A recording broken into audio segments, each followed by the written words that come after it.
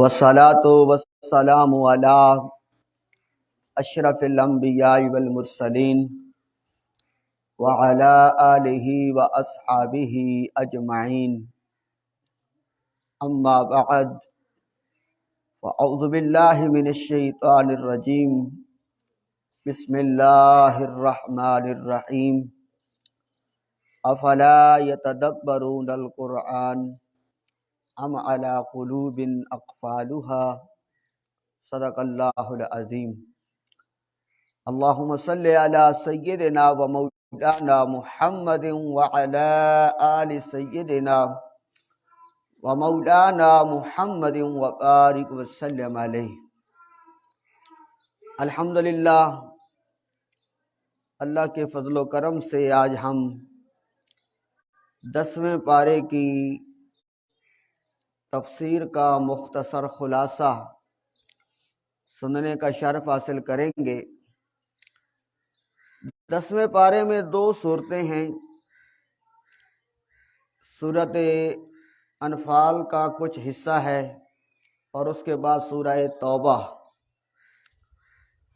دونوں کے مضامین کیونکہ ملتے جلتے ہیں، ان کا آپس میں ربط ہے،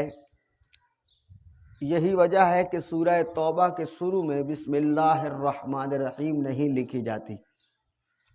مضمون ایک جیسا ہونے کی وجہ سے۔ تو 10ویں پارے کے شروع میں کفار پر غلبے کی صورت میں جو حاصل شدہ مال غنیمت ہے اس کا حکم بیان کیا گیا کہ اس کے 4 حصے مجاہدین کے لیے ان کے درمیان تقسیم ہوں گے، اور 5واں حصہ اللہ اور اس کے رسول صلی اللہ علیہ وآلہ وسلم کا ہے، اور وہ رسول اللہ کے قرابت داروں، یتیموں، مسکینوں اور مسافروں کے لیے ہے، یعنی یہ اللہ کے رسول کی ثواب دید ہوگا۔ آیت نمبر 42 میں بتایا کہ میدان بدر میں مسلمان مجاہدین کی زمینی پوزیشن کفار کے مقابلے میں بظاہر کمزور تھی، یعنی مسلمانوں کی طرف زمین کا نرم ہونا، پانی کی قلت، مال و اسباب کی قلت بظاہر مسلمانوں کی کمزوری کی علامت تھی، جس کی وجہ سے مسلمانوں کے دلوں میں خدشات پیدا ہو رہے تھے۔ تو اللہ تبارک و تعالی نے اپنی حکمت بیان فرمائی کہ اللہ اپنے طے شدہ فیصلے نافذ کر دے، یعنی ظاہری کمزوری کے باوجود مسلمانوں کا غلبہ اور فتح اللہ اسے مقدر کر دے، اور اللہ تعالیٰ جو فیصلہ فرما دیتا ہے وہ نافذ ہو کر رہتا ہے۔ یعنی اگر مسلمانوں کے بعد سب کچھ وافر ہوتا تو پھر اللہ تبارک و تعالیٰ کی جو حکمت ہے کہ تھوڑوں کو زیادہ پر غالب کرنا ہے، وہ کیسے ظاہر ہوتی۔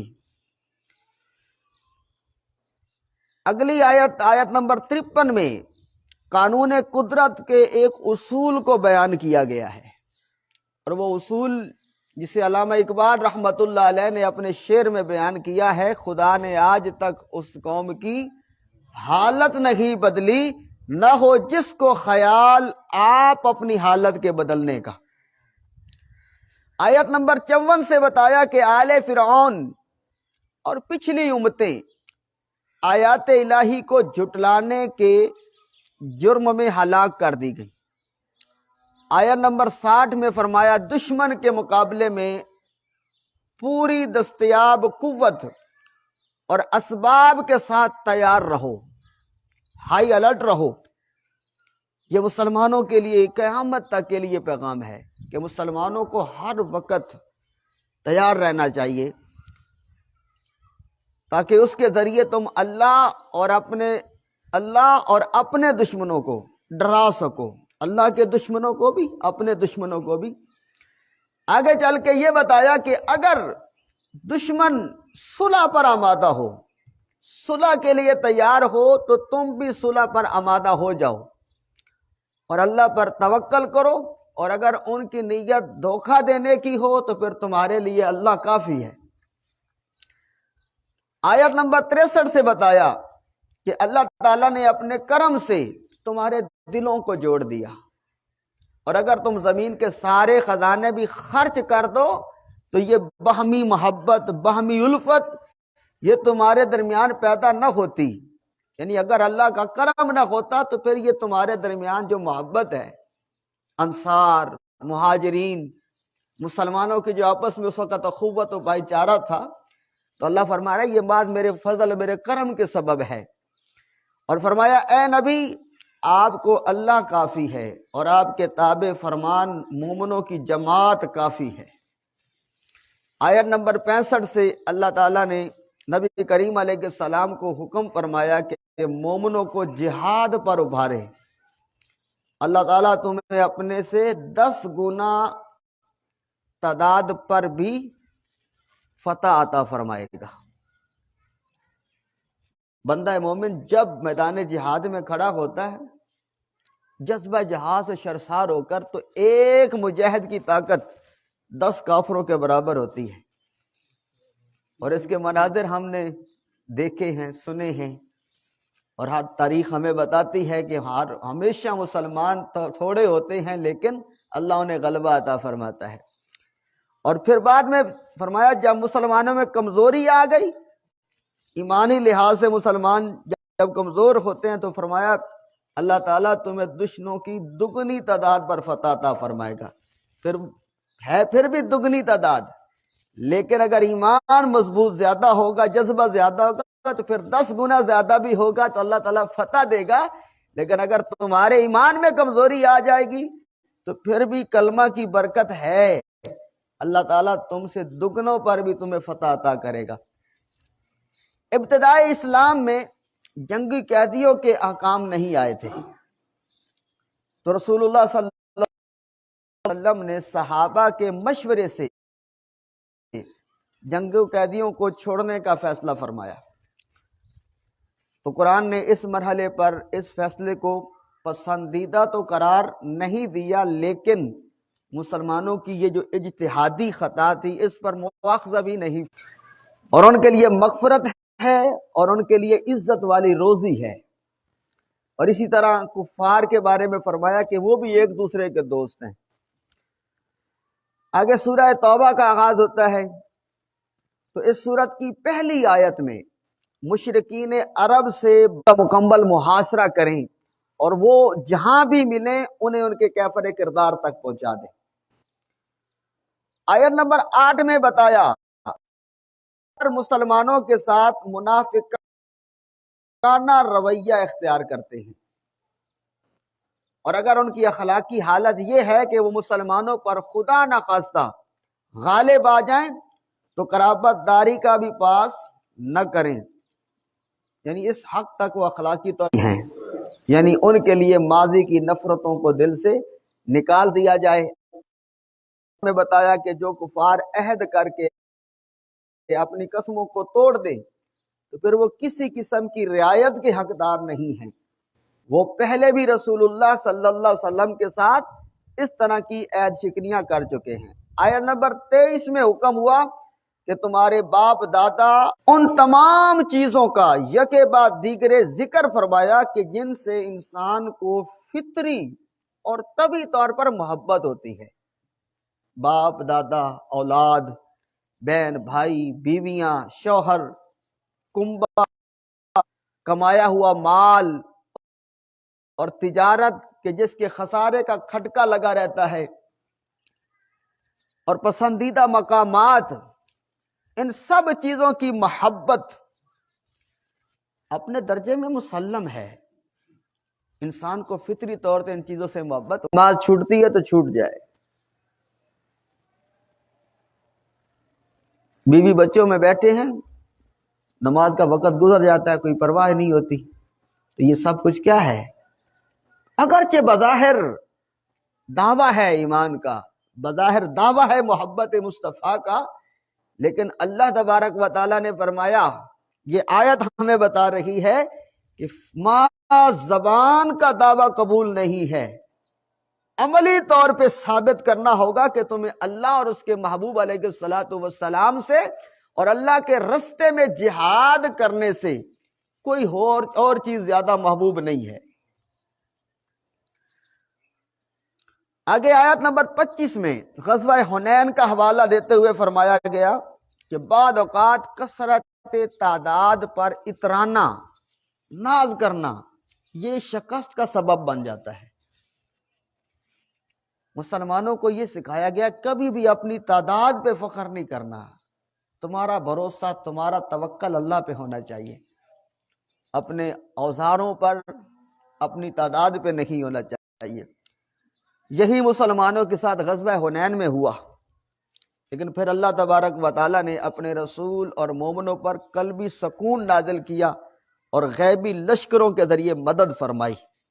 یعنی غزوہ حنین میں ایک وقت ایسا آیا کہ بظاہر مسلمان مغلوب ہو گئے، بالکل شکست کے قریب پہنچ گئے تھے، تو اللہ تبارک و تعالیٰ نے یہاں اس کا سبب بیان فرمایا۔ 9 ہجری کے یوم الحج کو عرفات میں اعلان ہوا کہ اس سال کے بعد مشرک حدود حرم میں داخل نہیں ہو سکیں گے۔ آیت نمبر 30 سے بتایا کہ یہود نے عزیر کو اللہ کا بیٹا کہا، نصارہ نے مسیح یعنی عیسیٰ علیہ السلام کو اللہ کا بیٹا کہا، مگر یہ سب ان کی خود ساختہ باتیں ہیں، ان پر اللہ کی مار ہے۔ مزید فرمایا نصارہ نے اپنے علماء اور راہبوں کو خدا بنا لیا، اور مسیح ابن مریم کو بھی، حالانکہ انہیں وحدہ لا شریک کی عبادت کا حکم دیا گیا تھا۔ آگے چل کے فرمایا کہ منکر اپنی پھونکوں سے اللہ کے نور کو بجھانا چاہتے ہیں، مگر اللہ تعالیٰ ان کی خواہشوں کے برعکس اس نور کو مکمل فرمائے گا،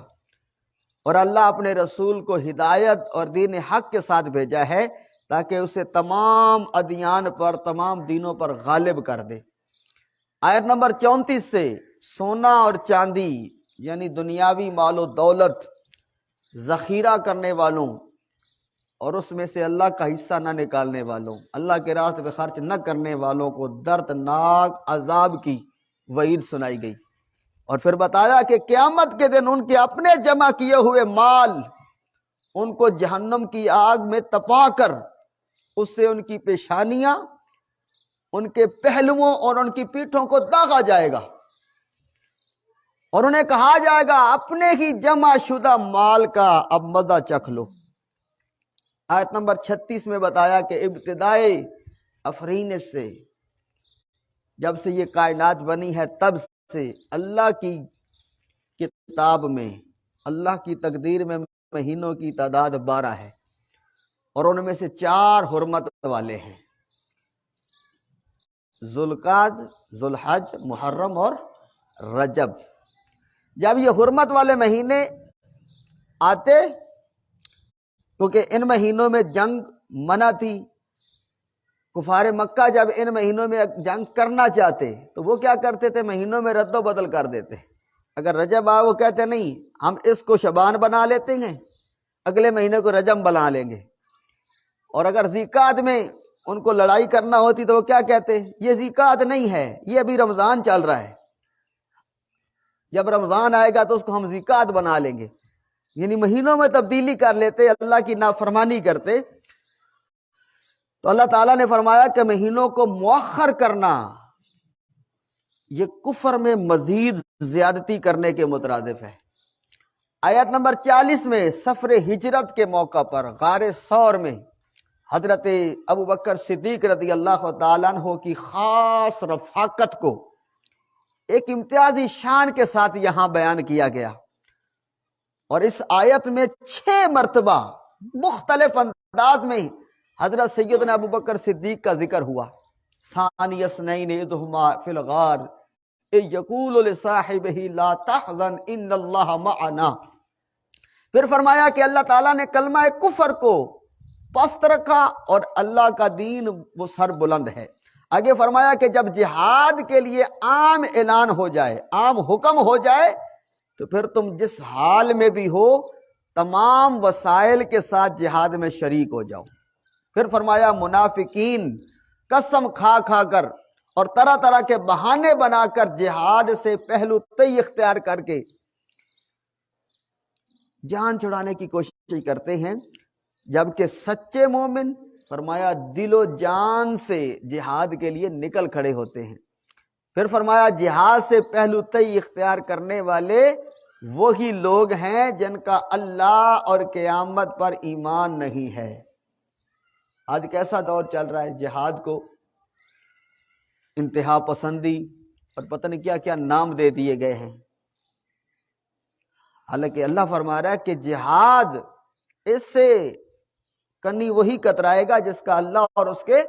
رسول پر ایمان نہیں ہے، قیامت کے دن پہ ایمان نہیں ہے۔ مومن کا ہر وقت جہاد کے لیے تیار رہنا یہ ایمان کا تقاضا ہے۔ منافقین کا شعار یہ ہے، جب مسلمانوں کو کوئی بھلائی پہنچے تو اس پر اکڑتے ہیں، کڑتے ہیں، کیوں ان کو فائدہ پہنچا، بھلائی پہنچی، لیکن جب مسلمانوں کو کوئی تکلیف پہنچے تو خوشی سے کہتے ہیں ہمیں تو پہلے ہی پتا تھا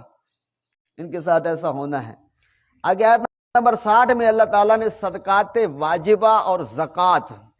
اس کے مصارف یعنی اس کے مستحقین کو بیان فرمایا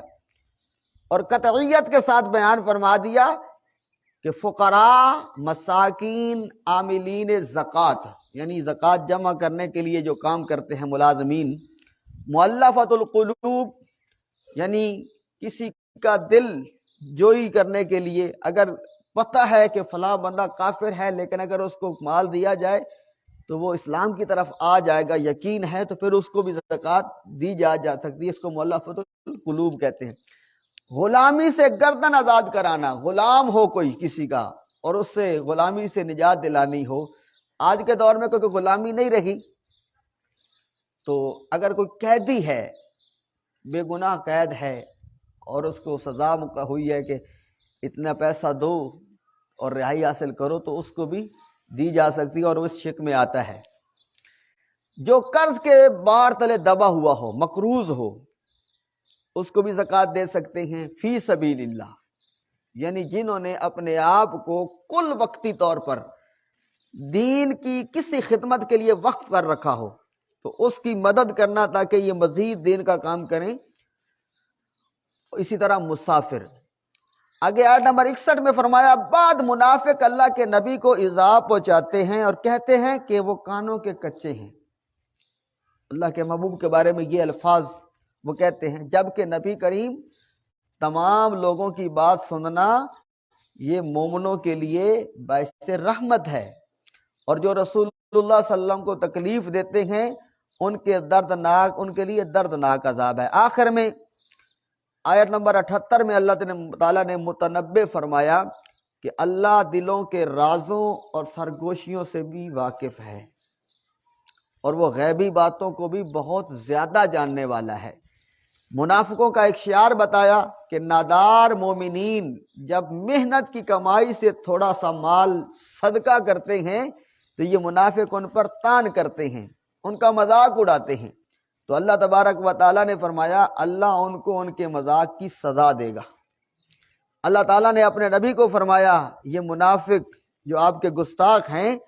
آپ کا ان کے لیے استغفار کرنا نہ کرنا برابر ہے۔ یعنی جو نبی کا گستاخ ہے نا، اللہ فرما رہا ہے محبوب آپ بھی ان کے لیے مغفرت مانگے تو میں معاف نہیں کروں گا کیونکہ وہ آپ کا گستاخ ہے۔ یعنی اللہ تعالیٰ اپنی نافرمانی معاف فرما دیتا ہے، لیکن نبی کی گستاخی، نبی کی بے ادبی اللہ تعالیٰ نے قانون بنا دیا، محبوب کو منع فرما دیا، محبوب ان کے لیے دعا نہیں کرنا، آپ کریں نہ کریں برابر ہے، میں نے ان کو معاف نہیں کرنا۔ اللہ اکبر۔ اگر آپ ان کے لیے 70 بار بھی استغفار فرمائیں تو فرمایا ان کی جو قلبی شقاوت ہے نا اس کی وجہ سے اللہ تعالیٰ ان کو ہرگز نہیں بخشے گا۔ نبی کریم علیہ السلام کو منافقین کے کفر کے سبب ان کی جنازہ پڑھانے اور ان کو قبر میں داخل کرنے، ان کی قبر پر جانے کے لیے اللہ نے ہمیشہ منع فرما دی۔ سورہ توبہ کی آیات میں منافقین کی مسلسل مذمت کرنے کے بعد آخر میں اللہ تعالیٰ نے ضعیفوں، بیماروں اور ناداروں باوجود اگر وہ جہاد سے پہلو تہی اختیار کرنا چاہیں تو فرمایا وہ قابل مذمت ہے، اور اللہ نے ان کے دلوں پر مہر لگا دی ہے۔ اللہ تعالی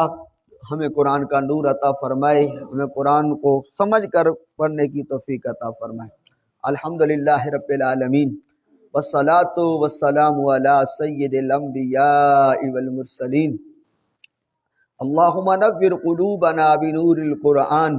اللہم زین اخلاقنا بالقرآن، اللہم نجنا من النار بالقرآن، وصلی اللہ تعالی علی خیر خلق۔